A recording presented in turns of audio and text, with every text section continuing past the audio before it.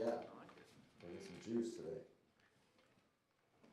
Matt, how do you keep that juice from crossing the line, and what did you tell the team after? Just continue to try to educate them on the expectations, and I never wanted to let a few moments overshadow the work that our guys are putting in, because they really are doing a great job of doing all the little things the right way. But it's camp, right? And sometimes those things happen, and I just think it's always important to remember that if you do anything in a game, you're going to get penalized for it, and it's going to hurt the team. So I think it's important that you keep your composure in practice as well, and do the right things, or do all the little things the right way.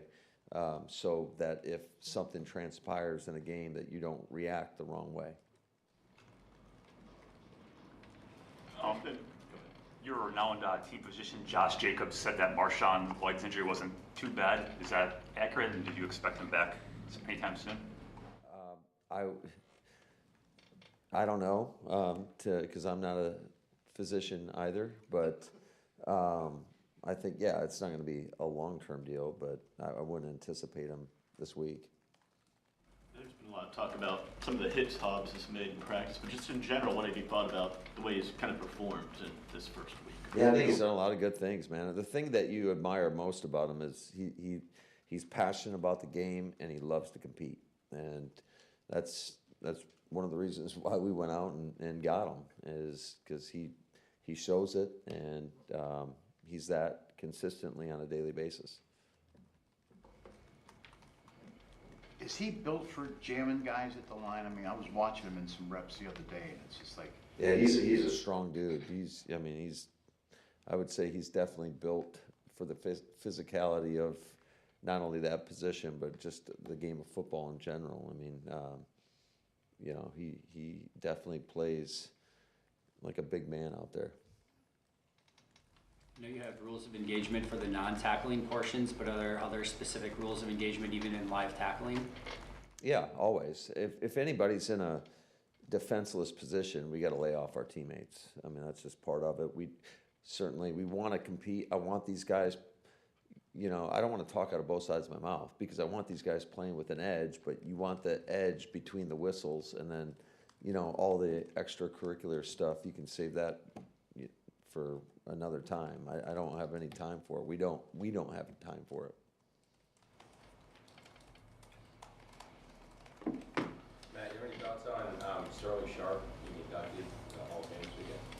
Yeah, what a great honor. I mean, obviously the ultimate honor as an individual, and I remember watching him growing up, and just an unbelievable player that obviously his career got cut a little short, but I think that's even more impressive what he was able to accomplish, that he's in the Hall of Fame. The air quality is pretty terrible today. I'm not asking for a list of names, but do you have anybody who's impacted by that, and do you have to adjust practice accordingly? I have not been told that, but certainly that's something that we will monitor. The short time y'all have had him, what have you kind of learned about Isaiah Simmons that maybe you hadn't known about him as an opposing coach perspective? Yeah, he's doing a great job, just doing all the little things the right way. I think he's picked up our defense. I think Duggan and the rest of the coaches on the defensive staff have done a nice job of just kind of setting the expectations, and then he's going out there and executing, and he's done a lot of great things. We've been lining him in a lot of different positions in regards to on the ball, off the ball, doing a good job of setting edges, and certainly his athleticism, it's hard not to see that. So we'll just continue to watch him grow in our system. Matt, what are you looking for in your backup running backs behind Josh? Same thing we look for in Josh, guys that can, obviously, you want guys that are versatile, guys that can catch the ball out of the backfield. Certainly in the passing game, they got to be able to pick up protections. So, and just be productive, being consistent, doing all the little things, playing with the right fundamentals, the right eyes, being able to read it one gap at a time. I think that's all imperative of good running back play. The other day we saw us. Go ahead, Rob. No, it was Mike. Oh, sorry. I was thinking about rotations of players. You're taking an inventory of snaps on players, right? And so talk about what that preparation is like into a practice or into a preseason game to make sure you're getting enough to evaluate it. Yeah, that's a constant conversation that we have as coaching staff. Certainly give our assistant coaches a lot of liberty early on in camp to kind of rotate guys how they see fit, and sometimes there's rep counts that we have on individuals as well, as they're coming back for something. So as we get closer to the preseason games, we'll get a little bit more detailed in regards to what we actually need to see from each individual. Tuesday we saw Savion Williams drop out of practice. Is there any update or long-term concern there? Not long-term, it's part of the return to play protocol.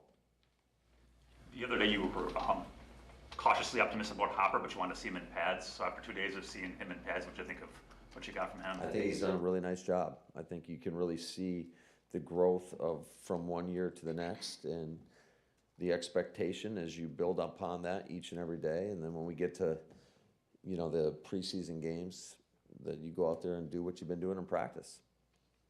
Matt, on Tuesday, there was a play where Musgrave is cutting across, looked like a shallow crosser, and Jordan throws, it's incomplete, and Jordan gave one of these afterwards, and I'm assuming that's, you gotta see what I'm seeing.